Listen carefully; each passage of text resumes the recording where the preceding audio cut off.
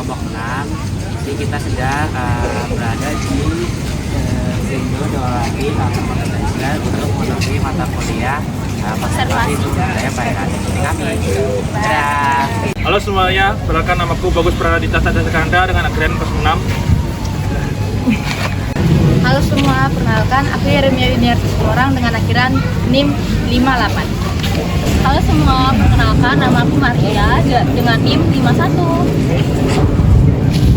Halo semua, perkenalkan nama aku Elovanti Simanjuntak dengan akhiran NIM 65. Perkenalkan nama aku Sinta Molanenggolan dengan NIM akhir 28. Halo guys, perkenalkan nama aku Rian Eka Dodosena dengan akhiran NIM 41. Dan ada teman saya gituin. Dan teman saya Q.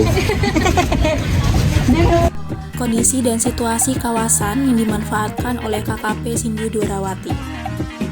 Kawasan pantai yang dikelola oleh KKP Sindu Dwarawati saat ini menunjukkan peningkatan kesadaran konservasi. Meskipun menghadapi tekanan dari pariwisata dan pembangunan sekitar.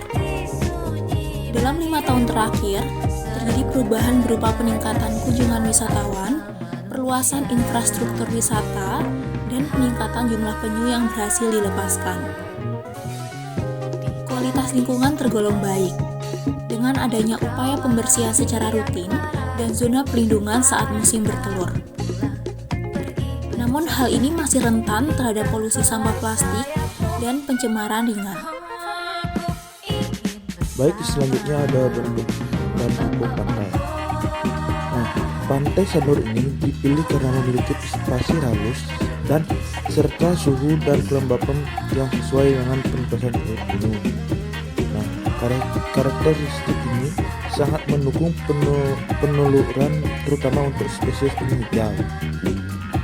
Yang selanjutnya adapun profil KKP, di mana KKP Sindu Dharmawati didirikan pada tahun 2011 dan saat ini memiliki jumlah anggota yang cukup aktif yang sebagai besar latar pendidikan konservasi ataupun relawan lokal yang dilatih. Nah, struktur organisasi terdiri dari ketua, sekretaris, bendahara, divisi edukasi, konservasi, dan logistik. Tentunya, di KPP Sindu Dwarawati memiliki kegiatan-kegiatan utama, yaitu meliputi patroli malam, pengumpulan telur penyu, inkubasi, pelepasan tukik, edukasi pengunjung, dan pelatihan masyarakat. Untuk jadwal kerja harian disesuaikan dengan musim peneluran, yang biasanya itu ada di bulan Mei sampai September. Saat musim peneluran, protokol ketat diberlakukan. Telur segera dipindahkan ke tempat penetasan semi alami dan tukik akan dilepaskan setelah 45 sampai 60 hari. Proses pelepasan biasanya dilakukan saat ada kegiatan seremonial atau acara. Pelepasan biasanya juga boleh dilakukan oleh turis atau pengunjung yang ingin memiliki pengalaman ini. Dan ini juga salah satu program dari KPP Sindu Dwarawati, yaitu adopsi pelepasan. Infrastruktur pendukung fasilitas yang tersedia antara lain adalah kolam perawatan, mesin pompa air, bangunan dari pemerintah, dan tenaga kerja. Secara keseluruhan, fasilitas di KPP ini sudah terbilang sangat cukup baik. Selanjutnya yaitu biodiversitas penyu. Ada 3 jenis penyu yang ditemukan di KKP Sindu Dwarawati, yaitu meliputi penyu hijau, penyu lekang, dan penyu sisik. Penyu yang dominan sering bertelur yaitu penyu lekang. Untuk penyu hijau dan penyu sisik jarang, bisa 2 tahun sekali. Rata-rata tingkat keberhasilan per tahun mencapai 95% untuk semua jenis penyu. Kawasan Konservasi Perairan atau KPP Sindu Dwarawati mencatat rata-rata kunjungan sekitar 100 wisatawan setiap harinya. Wisatawan yang datang berasal dari berbagai kalangan, baik lokal, nasional maupun internasional. Tingginya angka kunjungan ini menunjukkan bahwa kawasan tersebut memiliki daya tarik yang signifikan, khususnya dalam bidang ekowisata. Masyarakat lokal secara umum memberikan dukungan yang positif terhadap kegiatan konservasi yang dilakukan di kawasan ini.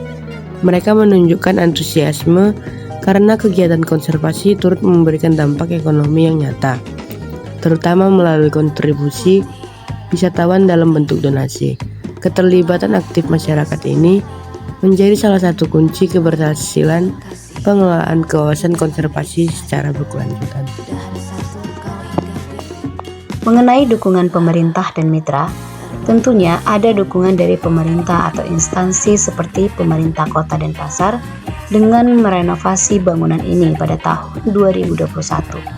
Dan lahan ini juga didukung oleh negara untuk dijadikan wilayah konservasi. Dinas Kelautan dan Perikanan dan KLHK juga akan terlibat di sini. Jadi, bantuan dari pemerintah kota dan pasar sangat membantu sekali. Harapan ke depan adalah adanya pendanaan jangka panjang dan regulasi perlindungan kawasan yang lebih kuat. Sumber utama pendanaan berasal dari donasi wisatawan dan dukungan pemerintah. Tantangan utamanya adalah saat COVID, di mana tidak ada wisatawan. Permasalahannya adalah tantangan utama untuk saat ini tidak ada, mungkin hanya jika kendala mesin rusak.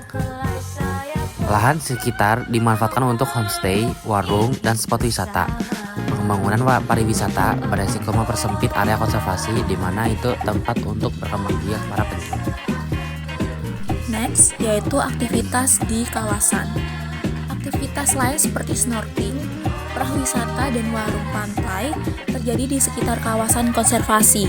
Interaksi ini bisa positif, yaitu menambah dana dan edukasi, namun juga beresiko gangguan cahaya dan kebisingan.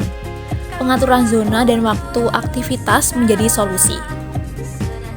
Sanitasi di kawasan konservasi perairan atau KPP Sindu Dwarawati tergolong cukup baik dengan kondisi kebersihan yang relatif terjaga. Hal ini ditunjang oleh adanya tempat sampah terpilah dan kegiatan bersih-bersih pantai yang dilakukan secara rutin setiap minggu. Meskipun demikian, permasalahan sampah plastik yang berasal dari aktivitas wisatawan masih menjadi tantangan utama. Sistem pengelolaan limbah yang digunakan saat ini masih sederhana dan belum sepenuhnya mampu mengatasi volume sampah yang dihasilkan, khususnya plastik sekali pakai. Oleh karena itu, diperlukan peningkatan dalam penyediaan fasilitas pengelolaan limbah terpadu yang lebih efektif dan berkelanjutan, guna menjaga kualitas lingkungan pesisir serta mendukung kegiatan konservasi di kawasan tersebut. Yaitu aspek ekonomi. Masyarakat lokal terlibat sebagai pemandu wisata dan juga penjaga kawasan. Manfaat ekonomi terlihat dari peningkatan pendapatan melalui homestay dan kegiatan wisata lainnya. KKP juga melakukan program pelatihan keterampilan dan pengolahan hasil laut secara berkelanjutan. Perkembangan kawasan wisata memberi tekanan pada habitat penyu, terutama dari cahaya malam dan lalu lintas manusia. Strategi penyeimbang dilakukan melalui zona konservasi, promosi wisata edukatif, dan pembatasan pembangunan fisik dekat area penetasan telur.